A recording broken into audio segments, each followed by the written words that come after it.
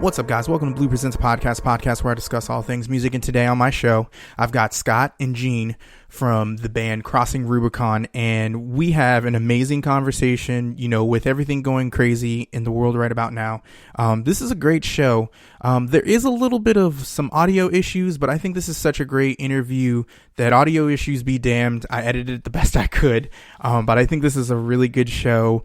We talk about how Crossing Rubicon started, some of Scott's beginning qualities of, trying to control everything, but realizing he had a great mix of people together to create something really cool. We also talk about how, Jeanne's passion for music was reignited by being in Crossing Rubicon and being able to create and also being able to, add her own flavor to the band as well. So sit back, relax, enjoy this episode. Once again, if you'd like to be a guest on my show or you have any ideas for show ideas, hit me up at Twitter, Podcast at Blue, or hit me up on Facebook and Instagram, Blue Presents a Podcast. Thank you guys. Sit back and relax.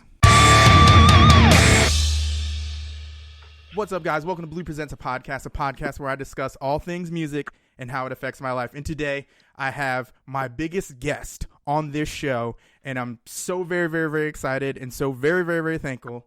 Scotty and Jeanne of Crossing Rubicon. Hi, guys. How you guys doing today? Great. Awesome. So I'm going to start off with my first question. It's a very simple question. Your top 5 artists, and I say ladies go first. Oh boy. Go ahead, Scott. Go ahead. Really? Go ahead. All right, is it top 5 artists of all time or top 5 artists currently? What? You can choose either way. You can go with currently or you can go with what's inspired you to get even into music.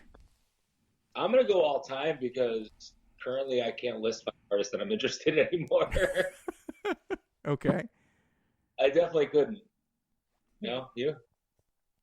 I know. I was letting you go first so I can think of whatever you're going to say, then I can play off of it. All right, so we would You're go. You're the brains in the operation, to be honest. Said no one ever. Ripped me off. Yes. Yeah. All right.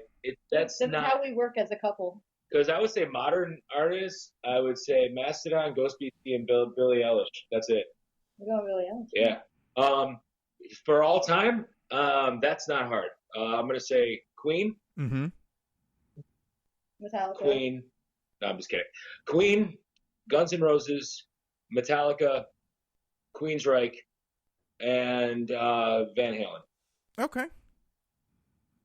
There's lots of others, but the beauty of this question is it's such a simple question, but it's so complex when you really think about it. Yeah, because then you go into influences, writing wise, I think Bruce Springsteen, or or I think Iron Maiden, or I could think Judas Priest. Why did I even put Judas Priest in that list? I don't know. Oh, they were in my top 3 and I already fucked it up. See, I'm complicated. It is. So I'm going to cut off that list. I'm going to put Judas Priest. So I'm going to go Queen, Guns N' Roses, Metallica, Judas Priest, Metallica. Judas Priest and Metallica, right? Did I do that? I said Metallica twice. Wow. Yeah. See, it's not an. Yeah. And I'll just add my favorite underground band that got me into heavy music in general is probably Converge. Okay. Yes. 7 since high school. Mm-hmm. So throwing that in there. My favorite underground band was Fraggle Rock. They were underground. Oh shit. Oh, Scotty, I love it. Go ahead. What's that? I don't know. I'll name 2 people who have influenced me in playing bass. One of them is Jason Newsted, and the reason, which is my other main one was Rachel Rosen. She played in a band called Most Precious Blood or Vision. Okay. When I was in high school, I was like, wow, that girl's fucking killing it. Hell yeah. To be honest with you, first time I ever saw you play bass, I thought, holy shit, this woman is killing it. Yeah. Yes. Those are my influences, though. No, that's cool. And that's awesome. So basically, my Are you going to have a question later, though? Because that might have, you might jump the shark on that. What's that? this question is so complex, he said. I know. It makes you go start diving into different things. Yep. Exactly. I know. It could be like a class on itself, and just what exactly is it that we love about music. I have a wider range of artists that I like, everything from hip hop to metal. And it's all because of how I grew up. I grew up in Springfield, so yeah. Me too. No, I know. I know. Actually, huh? No, From the acres. Oh, for real. I actually grew up on Hancock and Queen over, by Five Corners and stuff like that. So Yep. the hood. So basically the gist of my podcast is we talk about the musical journey. So today we're talking about you guys, Crossing Rubicon. And I know you guys formed in 2010. Happy 10 years. First show was 2010. We were like writing and practicing for like a year before we ever played out. Wow. It's like we were kind of like, we didn't want to just come out and like fudge through songs. We kind of wanted to come out and kill it. So we made sure we were very anal about our first show. Nothing wrong with that. For sure. Yeah. So basically, how did Crossing Rubicon start? Let's start from there. That's all you. I was a career guy. I had given up on music. I had a musical theater background and played in bands my entire life. And then I needed to make money and get a job and do the right thing. And I did, and I became very successful. I also became very miserable. And in a series of really, really bad events after another, I just hooked up with a friend of mine, and I said, look, I'm miserable enough that I think I can write some good shit. And him started working on some stuff together. Peter Hearn, who he didn't get it to be in our first show, but he was definitely a big part of that. And eventually I stopped playing guitar. I brought Zach Lambert in, who was pretty much our backbone of the band now. Mm-hmm. It was funny because he was a kid that roadied for another band. He was like, oh, I can play guitar. And he's like, what's cool about this band is you can call all the shots. As soon as he said that to me, I was kind of like, you're hired. The vocalist ego kicks in. Say this, I was such a dick in the beginning, and this is 10 years ago. But talk about a journey. I mean, I was like Mr. Like, I write all the songs. And then eventually Pete was like, okay, I heard some of his stuff. Okay, you could write some of the songs. And then Zach comes in and he's like, hey, I got a song I wrote. And I'm like, that's cute, kid. You're here to play my guitar, and that's it. And he was, I was. I'm just saying, yeah. And then he played it. He played it for me, and I'm like, wow, like, that's amazing. And we wrote this song, and it came out on the first record. And then I'm like, all right, you could write to that, fine. And then it just turned into a thing where it blossomed from that point. And a lot of what Crossing Rubicon is now is there really is no ego in the band. It's all a socialist collective. My songs get voted down more than everybody else's. Like, I come in with like 15 songs, and they're like, yeah, Scott, that shit. I'm 1 for 1 right now. Yeah, you're 1 for 1. So anybody that wants to write takes that spot in the band for that song as long as we all agree with the song. Mm-hmm. And that's kind of why Crossing Rubicon records are a little bit more diverse. Mm-hmm. Definitely. And old school.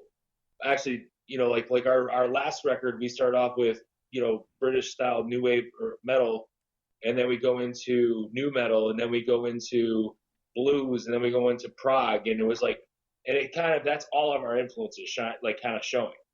So I gotta say that the kid that I expected to be the guy who was just so lucky to be in a band was the guy that taught me the most of what I needed to do to keep my ego in check. And it's pretty much the reason why the band is what it is now. I mean, 10 years will do that to you. You start to realize the assets that you currently have in your band, and you utilize them to not only just your benefit, but the benefit of the band, and as well as the synergy of everything working together. That's awesome feeling, because me being, I was a vocalist as well too. And just thinking about, how I was at 17 when I first started in music, and I'm sure everyone had told you I was a miserable fuck, and I'm like, no, we do this style. I'm coming in with these growls, just kind of like hard strain, instead of realizing that you have a team of people that can work. and can do great things when you guys put your heads together and have a common goal in mind. Yeah.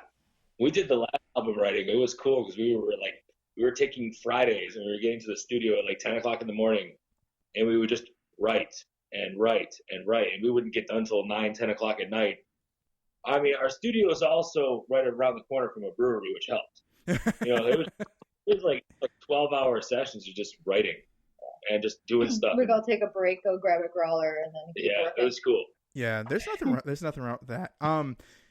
So my next question, we're going to talk about that very thing, your latest record, Seeing Red, which, before this interview, I've been listening to for a little while, just kind of, trying some things out and just listening to different things because unfortunately, due to the craziness in the world, I have so much time to listen to music.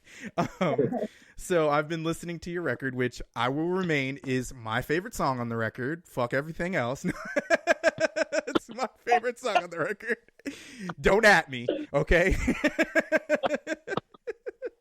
No, it's interesting. I feel like people gravitate toward different songs. Yeah, which is for sure.